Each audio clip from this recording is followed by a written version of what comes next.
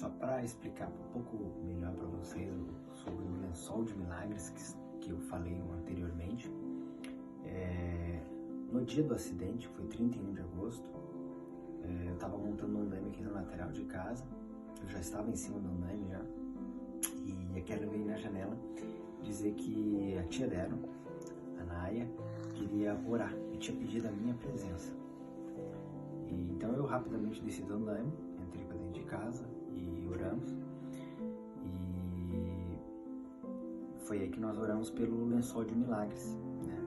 Que até então a gente não estava entendendo do que se tratava.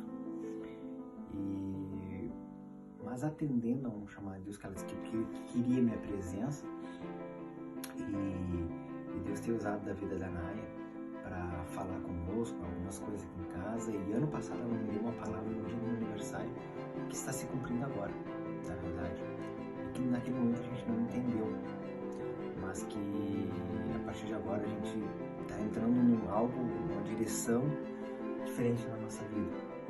E Deus tem usado dela para falar conosco, para direcionar algumas coisas na nossa vida, e somos muito gratos por Deus ter usado ela nesse momento. E de certa forma, o que Deus fez através da vida dela foi preparar todo o ambiente. E a gente viu o cuidado. Interessante que a Naya, quando ligou para nós, ela estava chorando e nem ela entendia o porquê. Mas no espírito dela, ela percebia já o tamanho da luta que haveria naqueles dias. Não seria pouca. E ela pede então para que a gente junto orasse e estendesse as pontas daquele lençol em todo lugar de milagre, né?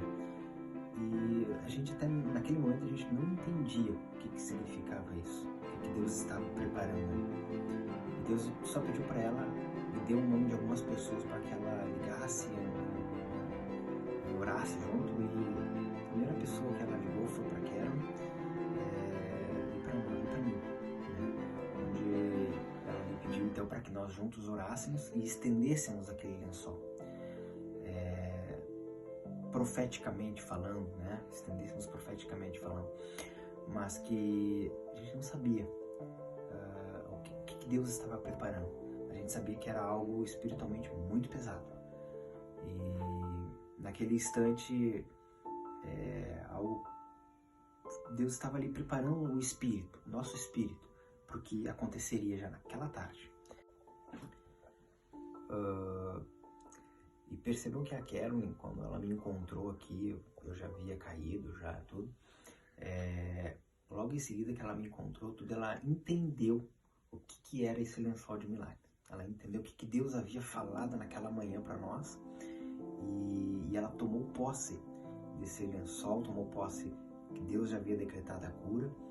E já ali repreendeu toda a morte que pairava sobre o meu corpo, tudo. Antes que alguém pergunte, eu não lembro do acidente em si. Tudo isso que eu estou relatando é baseado no que ela me falou, que outras pessoas me falaram, que presenciaram aqui. Mas é importante ter fé e acreditar que o mundo espiritual existe. E de que as coisas são decretadas. A palavra de Deus diz que as coisas são decretadas primeiramente no mundo espiritual. E a partir daquele momento ela tomou posse disso. Em nenhum momento ela abriu mão de acreditar que a cura já havia sido determinada, o milagre de Deus já havia sido determinado sobre a minha vida. Por isso que hoje eu estou aqui, podendo conversar com vocês, glorificar o nome de Deus e agradecer a todo mundo, porque teve uma pessoa que foi determinante nesse processo todo, que foi a Karen, que não abriu mão em nenhum momento. Por mais difíceis que foram as notícias ao longo do mês, no que depender de nós, esse lençol ele não está recolhido e ele nunca vai ser recolhido. E por onde a gente for, por onde a gente passar, esse lençol vai estar abençoando a todo aquele que precisar. Eu me fiz lembrar de uma passagem agora, quando Jesus e os seus discípulos foram atravessar o mar. Jesus deu uma ordem para os discípulos: sim, atravessamos e passamos para outra margem. E sobreveio uma tempestade, né? E Jesus estava no barco, dormindo tranquilamente, diz a palavra. seus discípulos, diz a palavra, que se atemorizaram com o tamanho da turbulência que havia naquele mar. E foram lá acordar Jesus.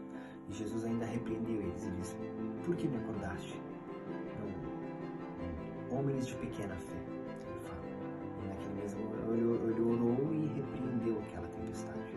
Tudo se acalmou, deu tudo certo. O resumo da obra é que a gente tem que entender que quando Deus fala algo, nós temos que nos apegar no que Ele fala.